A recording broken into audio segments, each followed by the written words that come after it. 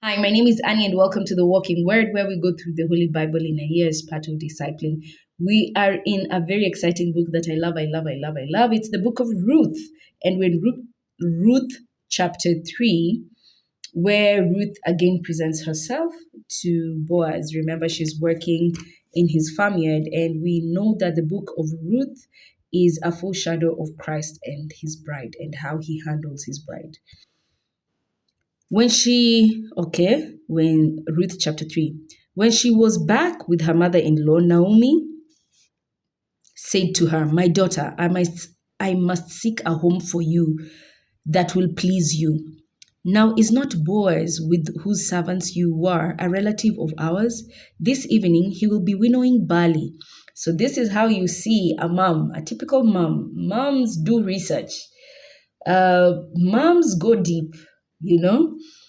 So she's already done her research and she knows that Boaz will be winnowing barley at the threshing floor today, this evening.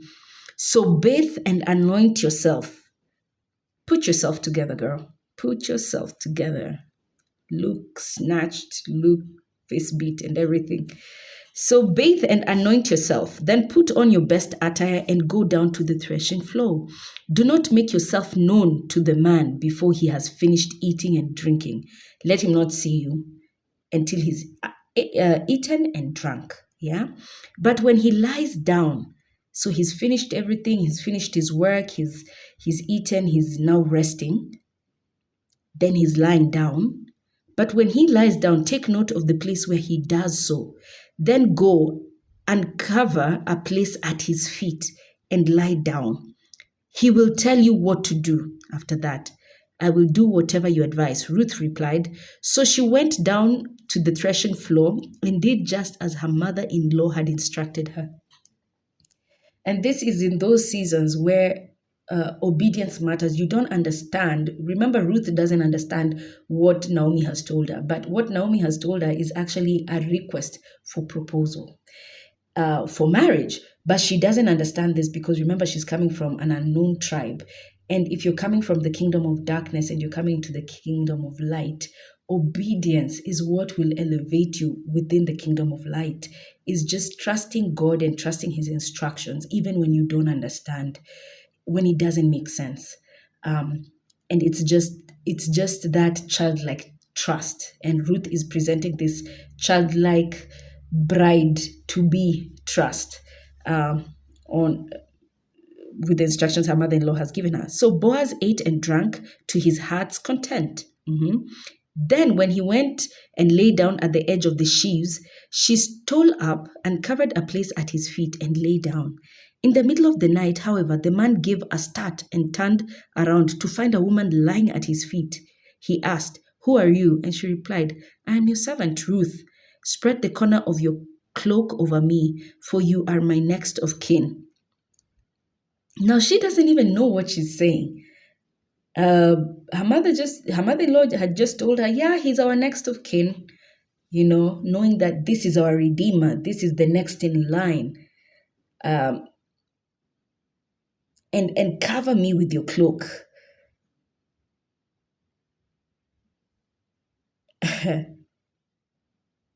This is a sign of covering. Remember, and a husband is a woman's covering. And so she's basically proposing to the guy, and she doesn't know she's proposing to the guy. Then he said, "May the Lord bless you, my daughter. You have been even more loyal now than before in not going after the young men." So Boaz might have been a bit elderly, middle-aged man, perhaps. Whether poor or rich, you didn't look at young men because you're young. You had the opportunity to choose any dude you wanted, but you've come to me. So be assured, daughter, I will do for you whatever you say. All my townspeople know you for a worthy woman. Now, though indeed I am closely related to you, you have another relative still closer. So I understand you're saying that I'm your kinsman, that I'm the next in line in taking you in, maybe perhaps as a wife, but there's one who's still closer. So he's a righteous man. He's following process and protocol. Stay as you are for tonight, stay as you are for tonight. And tomorrow, if he wishes to claim you, good, let him do so. But if he does not wish to claim you, as the Lord lives, I will claim you myself. Lie there until morning. Again, following instructions, not understanding what this means. So she lay at his feet until morning, but rose before men could recognize one. But rose before men could recognize one another. Okay, so she woke up at dawn. Boaz said, let it not be known that this woman came to the threshing floor. Then he said to her, take off your cloak and hold it out. When she did so, he poured out 6 measures of barley, helped her lift the bundle, and left for the city. A good husband provides. A good husband provides, showing that Christ will provide for you. You choose a life in Christ, he has you covered.